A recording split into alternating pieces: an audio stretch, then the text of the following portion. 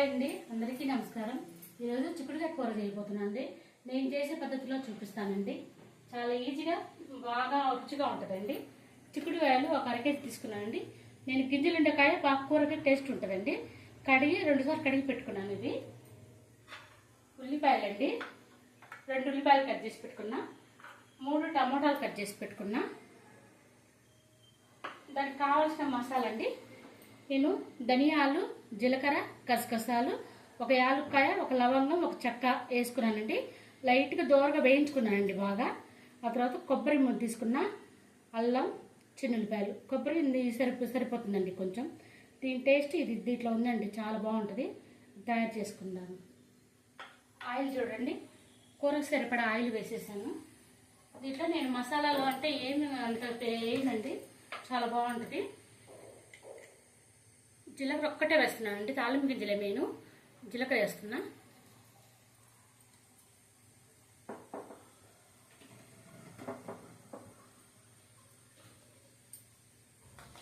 కరివేపాకు కానీ అట్లాంటివి ఏమి వేయనండి నేను.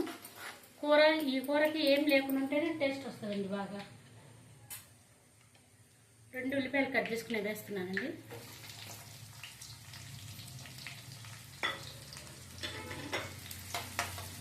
ఇది ఎర్రగా ఏగనక్కర్లేదండి, కొంచెం కలర్ మారితే సరిపోతుంది.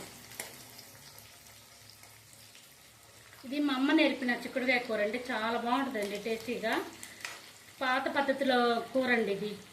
మసాలాలు ఎక్కువ లేకుండా బాగా టేస్టీగా ఉంటుంది.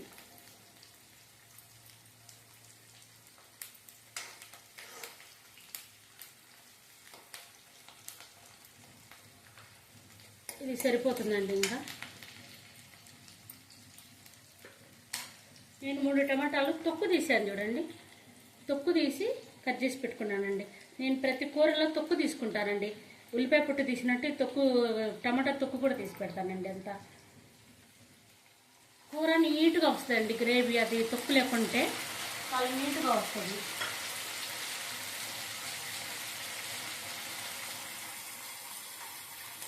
ఇదంతా బాగా మెత్తగా గుజ్జు వచ్చేటట్టు మగ్గనిద్దామండి. ఉప్పు కారాలు వేస్తాను. వేసిన తర్వాత ఒక 10 నిమిషాలు వదిలేస్తే బాగా వస్తుంది.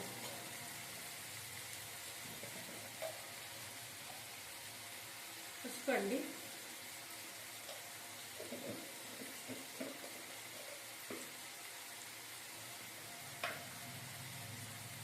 ఇది చిన్న స్పూన్ అండి. నేను 3 స్పూన్లు వేస్తున్నానండి కారం.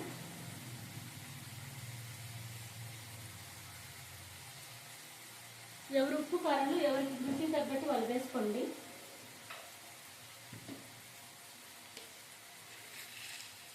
ఉప్పు అండి రుచికి తగ్గట్టు. దీంట్లో మెంతిపిండి కంపల్సరీగా వాడతానండి. నేను ప్రతి కూరలో వాడతాను. వేయించి దోరగా పొడి చేసి పెట్టుకున్నానండి. కొంచెం చూడండి, ప్రతి ఒక్క కూరలో వేస్తానండి నేను మెంతి పిండి. ఇంతేనండి, బాగా మగ్గనిద్దామండి. ఇది ఇంత గ్రేవీ రావాలండి, మెత్తటి గ్రేవీ వస్తే అప్పుడు ఇది వేద్దామండి చిక్కుడుకాయలు.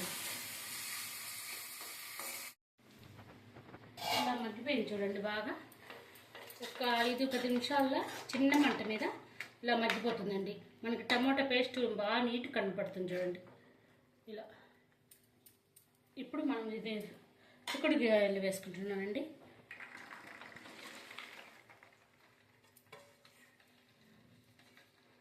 టేస్ట్ మాత్రం చాలా బాగుంటుందండి, ఒక్కసారి ట్రై చేయండి ఇలా.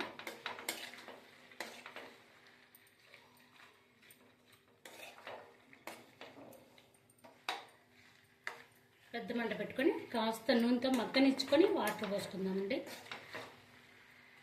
నూనెతో మగ్గితే ఈ చిక్కుడుకాయ బాగుంటుందండి టేస్టీగా. మళ్ళీ ఒక 5 నిమిషాలు బాగా నూనెతో మగ్గనిచ్చుకుందామండి. ఈలోపు నేను పొడి చేస్తానండి. అన్నీ వేసి పెట్టుకున్న మసాలా అంతా పొడి చేసుకొని వస్తానండి. ఇదిగోండి, నూనెతో బాగా మగ్గిపోయింది, చక్కగా మగ్గిపోయిందండి నూనెతోటి. ఇప్పుడు మిక్సీ వేసుకున్న పొడి వేసేసుకుందామండి.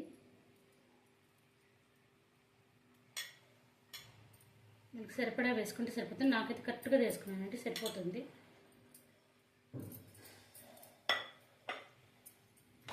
ఇది మసాలా అంతా కూరకు పట్టిద్దామండి బాగా.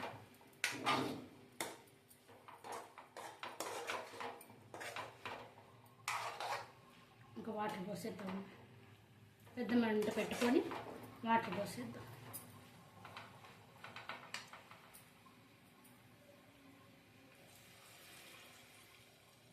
ఇది ఉడికేదానికి ఈ చెమ్ము వాటర్ పడుతుందండి ఖచ్చితంగా. ఇది చపాతీలలోకి, రొట్టెలలోకి, సంగటికి కూడా చాలా బాగుంటుందండి. అన్నం వేడివేడి అన్నం లెక్క చాలా బాగా రుచిగా వస్తుంది. ఇంకేనండి, ఉడికిచ్చి కొత్తిమీర వేసి దింపేద్దామండి.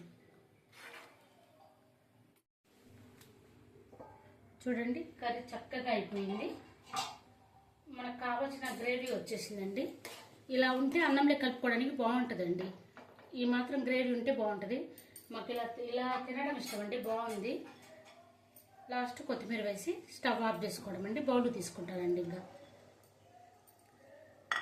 బౌలు తీసుకుంటా. ఇదిగోండి, రెడీ అయిపోయింది కర్రీ. చాలా టేస్టీగా బాగుంటుందండి. ఒక్కసారి నేను చేసిన విధానంలో చేయండి. మీరు నేను చేసిన ప్రాసెస్ లాగానే చేయండి. చాలా టేస్టీగా ఉంటుంది. పెద్దవాళ్ళు చేసిన వంట అండి. నచ్చితే మాత్రం లైక్ చేయండి.